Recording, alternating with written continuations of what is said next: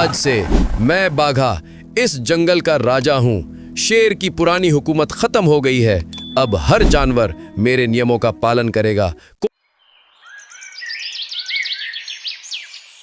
जंगल में सुबह का समय है। सूरज की किरणें पत्तों से छनकर जमीन पर आ रही हैं। बंदर उछल कूद कर रहे हैं। दो हिरन आपस में बात करते हुए दिखाई देते हैं। सुना है हमारे नए पड़ोसी बाघा ने कल 2 सांडों को अकेले ही हरा दिया। हाँ, वो बहुत शक्तिशाली है, लेकिन क्या वो राजा शेर जैसा महान हो सकता है? अचानक एक भयानक दहाड़ सुनाई देती है। दोनों हिरण डरकर कांप उठते हैं। बाघा एक बड़े सांड को लिए हुए आता है और उसे एक ही झटके में जमीन पर पटक देता है। देखा तुमने, एक ही बार में कितना भी बड़ा जानवर क्यों ना हो, मैं मार दूंगा। अब मैं शिकारी ही नहीं, राजा भी बनूंगा। बाघा हिरणों की तरफ घूमता है। इस जंगल का और तुम्हारे राजा शेर को तो मैं ऐसे ही मार दूंगा। और तुम छोटे जानवर, तुम्हारी क्या औकात? शेर ने तुम सबको बस बचाया है, पर मैं तुम सबको मारूंगा और फिर तुम्हारे राजा को भी मार दूंगा, समझा? हिरण डरकर वहां से भाग जाते हैं। बाघा बड़ा दहाड़ता है। उसके चेहरे पर अहंकार है। जंगल में डर का माहौल है। बंदर पेड़ों पर छुपकर बैठे हैं। हाथी तक सहम कर चल रहे हैं। लोमड़ी एक छोटे लोमड़ी के साथ बात कर रही है। अब हम क्या करें? बाघा ने पिछले 3 हफ्तों से हमारी नींद हराम कर रखी है। कल उसने एक बेचारे भालू को भी मार डाला। अब लगता है राजा शेर से बात करनी पड़ेगी। लेकिन राजा शेर बहुत दूर रहते हैं और अगर बाघा को पता चला तो? तभी बाघा एक पेड़ के पीछे से निकलकर अचानक सामने आता है। किसकी बात कर रहे हो? राजा शेर की? वो बहुत बूढ़े हो चुके हैं, उनकी शक्ति अब खत्म हो चुकी है। मैं ही हूं अब इस जंगल का राजा, बाघा। दूसरे दिन मैदान में जानवर सहमे हुए खड़े हैं। बाघा एक ऊंचे टीले पर बैठा है। उसके चेहरे पर जीत का अहंकार है। आज से मैं बाघा इस जंगल का राजा हूं। शेर की पुरानी हुकूमत खत्म हो गई है। अब हर जानवर मेरे नियमों का पालन करेगा। कोई सवाल नहीं, कोई बहस नहीं। कुछ जानवर आपस में फुसफुसाते हैं। एक हिरण बोला, लेकिन बाघा, तुम तो राजा शेर को कैसे हरा पाए? मैंने नहीं हराया। उनकी आंखें अब कमजोर हो गई हैं। उनके पंजे अब पहले जैसे मजबूत नहीं रहे।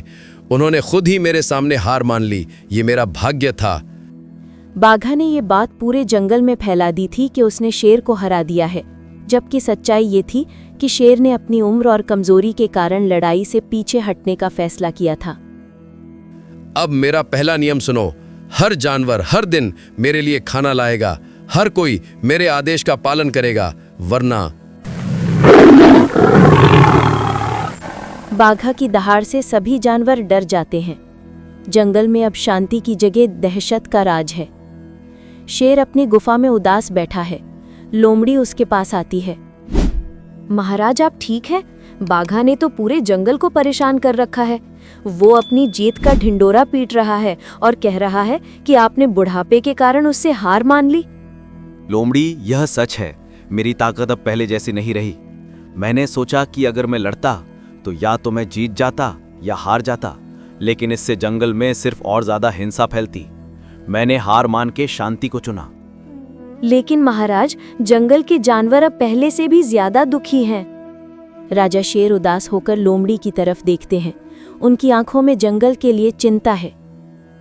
अहंकार हमेशा जीत नहीं सकता लोमड़ी। एक दिन बाघा को भी अपनी गलती का एहसास होगा। बाघा अब राजा बन गया है, लेकिन वो खुश नहीं है। हर कोई उससे डरता है, कोई उसका सम्मान नहीं करता।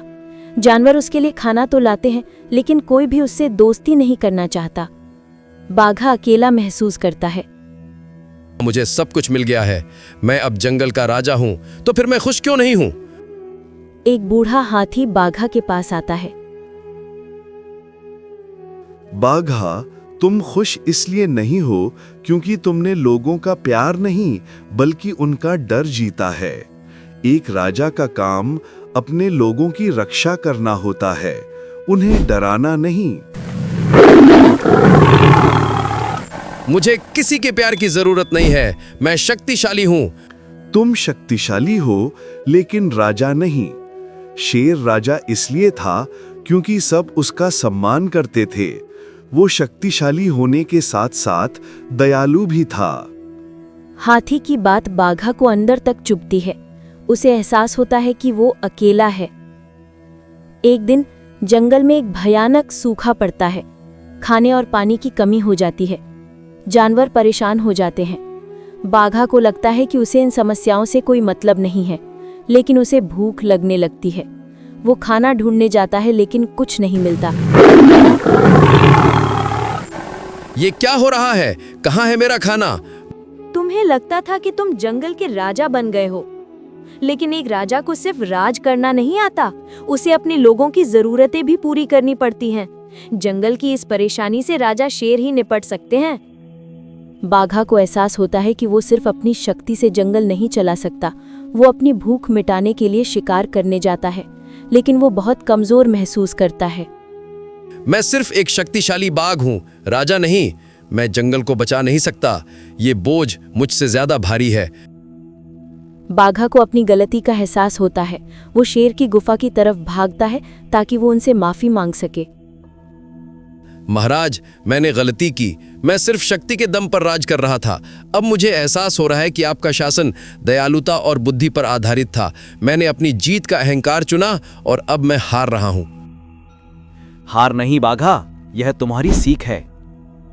बाघा को समझ आता है कि सच्चा राजा वो होता है जो अपनी प्रजा के लिए जीता है, ना कि अपने अहंकार के लिए।